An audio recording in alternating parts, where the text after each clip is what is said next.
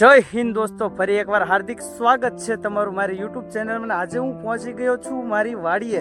જી હા ગાઈસ, તમે બિલકુલ સાચું સાંભળ્યું છે. અને આજે મને એવું થયું કે આજે હું તમને મારી વાડી બતાવી દઉં. તો તમે જોઈ શકો છો, આજ બધી જે તમને નજરે પડે છે બધી જ મારી વાડી છે. તમે જોઈ શકો છો, અહીંયાથી ચાલુ થઈને અહીંયા સુધી જે તમને છેલ્લે જે ઝાડ બતાય છે ત્યાં સુધી મારી વાડી છે. અને સામે જે છે તે મકાન છે. અને આ બધી પ્રોપર જે આ તાર ફેન્સીસ જે છે ત્યાંથી આ બાજુની બધી મારી વાડી છે, તમે જોઈ શકો છો. અને અત્યારે હાલ તો આમાં જે વસ્તુ વાવેલી છે, એટલે કે જે અનાજ વાવેલું છે, જેમ કે અહીંયા ઘઉં વાવેલા છે અને અહીંયા શું કહેવાય ઝાર વાવેલી છે, અહીંયા પણ ઝાર છે. અને બાજુમાં બે ભાગમાં કપાસ વાવેલા છે અને અહીંયા ઘઉં વાવેલા છે. અને આ રીતના કંઈક આ વાવણી કરેલી છે. અને આ વખતે મોસમ જે ખરાબ હતું તેના લીધે થોડોક પાક કંઈ પણ ખરાબ થઈ ગયો હતો.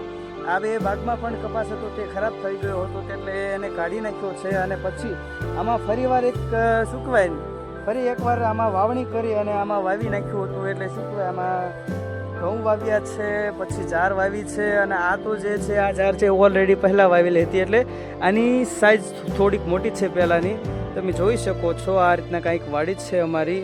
અને અહીંયા શું કહેવાય આ ઘઉં વાવેલા છે જે આપણે, અને બાજુમાં પણ ઘઉં વાવેલા છે. અને અહીંયા બંને ખેતરમાં ઝાર વાવેલી છે, તમે જોઈ શકો છો. અને અમારો શું કહેવાય આ વાડીનો જે ખેતરનો કૂવો જે છે તે અહીંયા છે.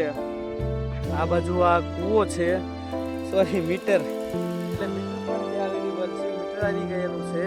અને ગાઈઝ આ કમોસમી વરસાદના કારણે કપાસ જે બગડેલો છે તે પણ હું તમને બતાવવા જઈ રહ્યો છું. કે તો ગાઈઝ અહીંયા જે કપાસ વાવેલો હતો તેમાંથી કમસે કમ 80% જેવો કપાસ બગડી ગયેલો છે.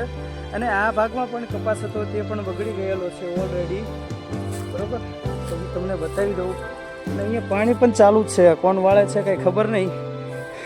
પાણી પણ ચાલુ છે ઓલરેડી, તમે જોઈ શકો છો. અહીંયાથી જે પેલો કૂવો મેં તમને બતાવ્યો છે ત્યાંથી અહીંયા પાણી આવે છે અને અહીંયાથી આમ પાણી જાય છે. અને સામે જે ખોડિયારમાંનું મંદિર છે જે અમારા શું કહેવાય વાડીના પ્રોપર શેડામાં આવેલું છે. અને અમે જ્યારે ત્યાં શું કહેવાય વાર પ્રસંગ કે ઉત્સવ હોય ત્યારે અમે બધા લોકો મળીને ત્યાં ઉજવણી કરીએ છીએ. એટલે માંડવું હોય છે વગેરે વગેરે જે કાંઈ વિધિ હોય તે અમે બધા મળીને કરીએ છીએ. તમે જોઈ શકો છો આ જે કપાસ છે એ થોડોક બગડી ગયેલો છે.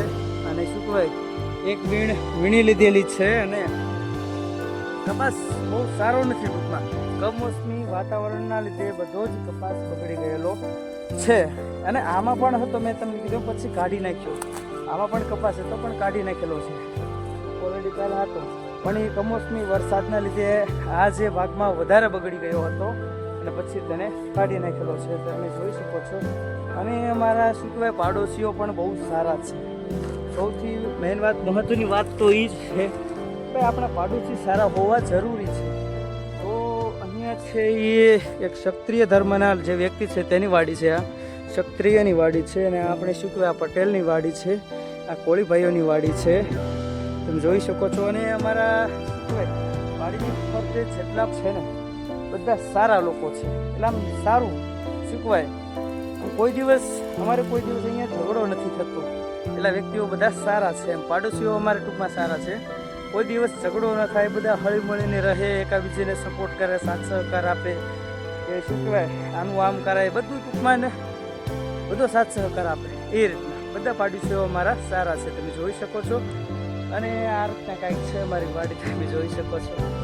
તો ગાઈઝ તમને મારી વાડી કેવી લાગી કોમેન્ટ કરો, કે ભાઈ તમારી વાડી સારી છે કેવી છે, તમે ગમે તેવી કોમેન્ટ કરો. અને પ્લીઝ ગાઈઝ મારી ચેનલમાં જો તમે નવા હોય તો પ્લીઝ યાર મારી ચેનલને સબસ્ક્રાઈબ કરીને ઓલ નોટિફિકેશન પ્રેસ કરી દેજો, જેનાથી અપડેટ મારી ઇન્ફોર્મેશન તમારી સુધી પહોંચતી રહે. અને આવા નવા વિડીયો તમારી સમક્ષ હું લાવતો રહીશ. તો હવે મળીએ નેક્સ્ટ વિડીયોમાં. ત્યાં સુધી જય હિન્દ, જય ભારત.